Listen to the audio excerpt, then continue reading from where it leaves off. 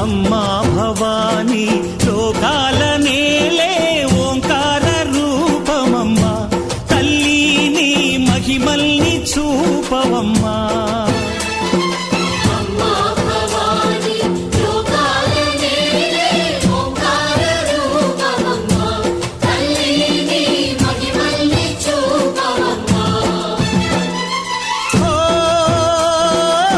సృష్టికే దీపమా, శక్తికే మూలమా, సింహరథమే నీదమ్మా.